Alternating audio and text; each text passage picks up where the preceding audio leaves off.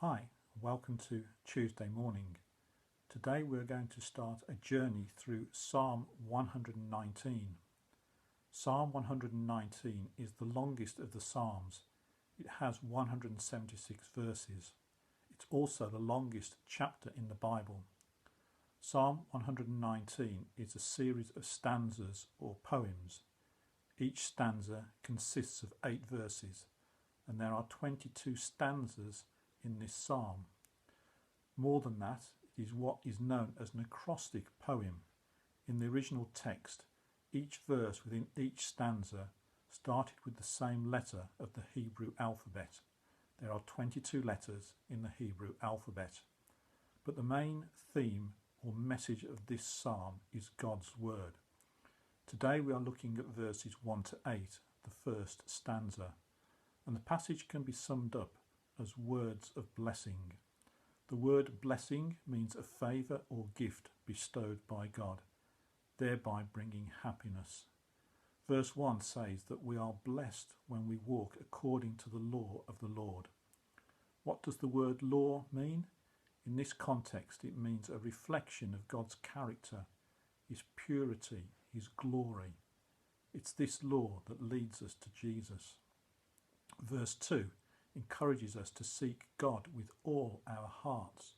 Tomorrow we will be looking at the heart in a bit more depth. Verse 3 encourages us to walk in his ways. Verse 4 encourages us to be obedient to God's word. Verse 5 encourages us to be faithful and true to God's word.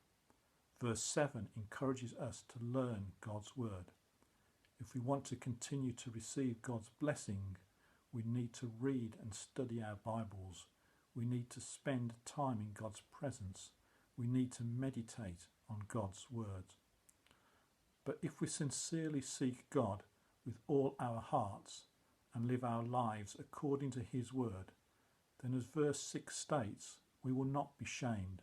In other words, God will not turn his face away from us. When my children were young, if I decided to try and run with them, it didn't take too long for them to be ahead of me and to be disappearing into the distance. However, if we walked, we could stay together as we could go at the same pace. Nowhere in the Bible does God run ahead of us. He only wants to walk with us. In verse 1, we are encouraged to walk according to the law of the Lord. In verse 3, we are encouraged to walk in his ways. If we are to enjoy God's many blessings, then we need to walk side by side with God along the path he has revealed or chosen for us. As I was reflecting on these 8 verses, a hymn written by John Henry Sammis, written in the late 19th/early 20th century, came to mind.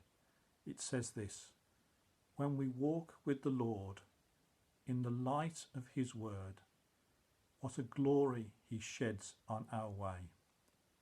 When we do his good will, he abides with us still, and with all who will trust and obey." Trust and obey, for there's no other way to be happy in Jesus but to trust and obey. I trust that you have a great day and look forward to seeing you tomorrow morning.